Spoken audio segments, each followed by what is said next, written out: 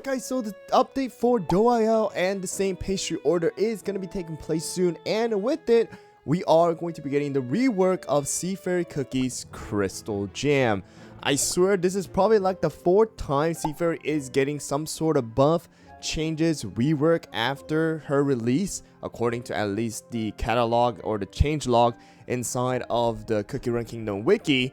But now we are going to be getting Sea Fairy's rework for her to be used for most likely PvE. Alright, it does look like the focus that Dev Sisters are making her be in is going to be PvE and the new guild boss. Alright, so let's look at this real quick and go over the things that we have currently before the pre-rework.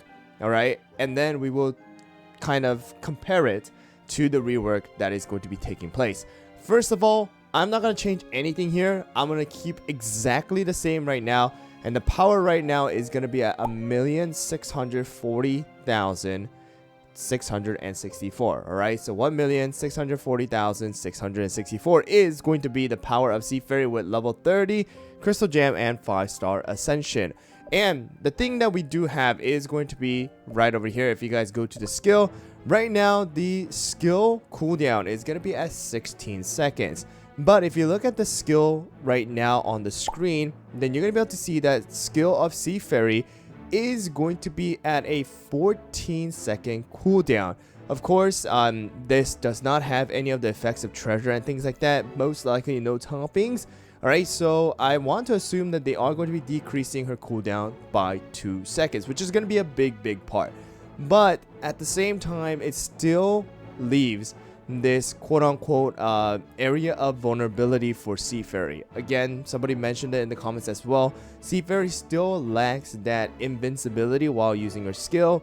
She still doesn't have any dodges and things like that, allowing her to be a little bit more vulnerable than the other cookies. But still, let's look at the rally effect. So as of right now, we have the water type damage as well as the water type crit damage. I believe water type damage was the initial one.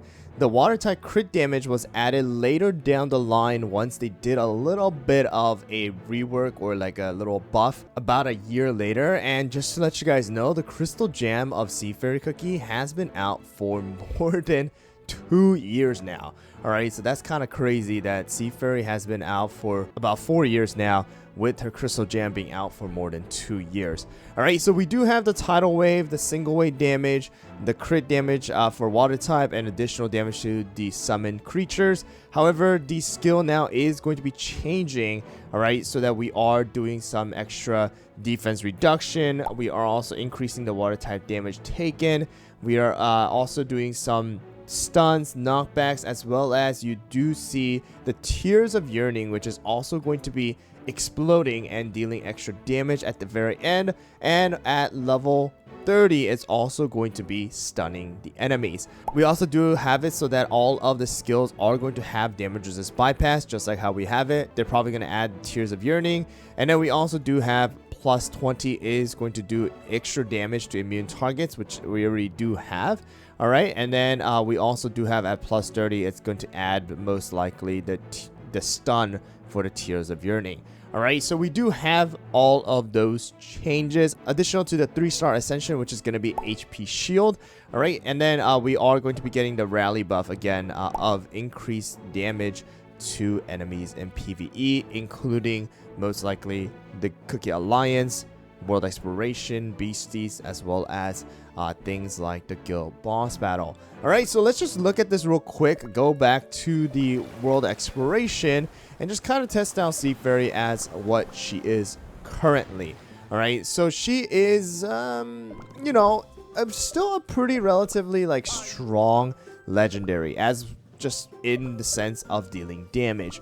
Right, it's just that she does lack a lot of survivability. She is vulnerable in a lot of different states, especially inside of the arena, because again, she gets targeted really easily.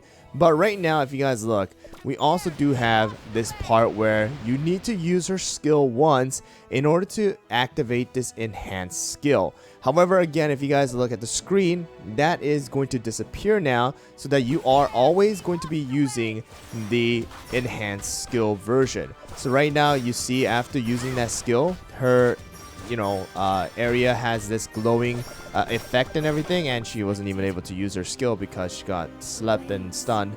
But that's the thing, right? She is gonna have to use her skill, which is going to be the non-enhanced version, and then she will have to use her skill again to make it so that it is the tidal wave. All right, so this particular effect is only going to take place after you are able to use your skill once. All right, so right there, now she has it again. Now she needs to wait until her cooldown comes up, and let's see if she is going to be able to use her skill this time around, or she will just die again. She died again. But anyways, you guys get the point that it seems like it's going to be removed with this particular rework. All right, and again, because of the fact that she is going to strictly focus on that water type damage, it does look like she is going to be the go-to cookie to enhance the damage, and the go-to high rarity cookie, which is going to be limited to 1 for the new guild boss that we are going to be getting, and that is going to be the Machine God of Eternal Void. This one is going to be having individual parts or components that you are able to attack, and water type cookies are going to be the ones to do more effective damage against it. And it does look like, at least as of right now, Sea Fairy Cookie is going to be the core of the team with the extra water type damage and increasing that water type elements and the boost of that with the rally, as well as her skill and things like that. And it does look like from what we have seen, Cream Soda actually might be something that people might want to use for this particular boss, because of the fact that she has multiple slashes. She does extra damage in PvE, again focusing on the PvE. She has some extra crit. She increases the water type damage taken, as well as extra water type damage for the water type cookies. And then also additional to that, she is going to have that attack speed buff to kind of spam her skill or spam her auto attack as well. So that is going to be really nice to see if she is going to be used, because after she came out, she kind of was just that quote-unquote random surprise cookie that was released into the game. And then we most likely will be using Menthol as well as Seltzer, which are going to be the 2 combo. And then that leaves room for one probably like support cookie who is going to allow you to possibly do more damage. We have someone like, Star Coral. We have someone like Cream Ferret or even Marshmallow Bunny, but it leaves a room for some changes and team building and testing and things like that. Of course, we will try it out. We also do have someone like Jage and Manju, but most likely those are not going to be the best for the guild boss battle. So we'll see how it goes. But as of right now, okay, Sea Fairy Cookie is, sadly to say, one of the worst legendaries, if not the worst. And she falls right below or besides Black Pearl right now. Black Pearl is slightly more useful if you have to compare it, because of the fact that her rally buff is going to be the damage resist bypass for all of the skills. She has that water cage and all that. But at the same time, they're both not really used. But if the guild boss is going to be focusing on that extra water type damage, then Sea Fairy definitely is going to be the go-to as of right now. Again, we are going to be changing up her stuff later down the line, but I just want to keep it the same so that we see if a power level increases, if the game recognizes it as her being able to do more damage and things like that. But let me know down in the comments below. Do you guys like the changes for Sea Fairy? Again, it does not look like it is going to be for PvP. However, it does look like she is going to be focusing on that PvE section so that she actually has a place to be. But once the update does come out, we'll see how it goes. So yeah, I'm excited for it, but we only have like about 2 hours left until the maintenance at the time of this recording. So if you guys haven't checked out the patch note video, then make sure to do so. But I would catch you guys during the live stream. Thanks for watching.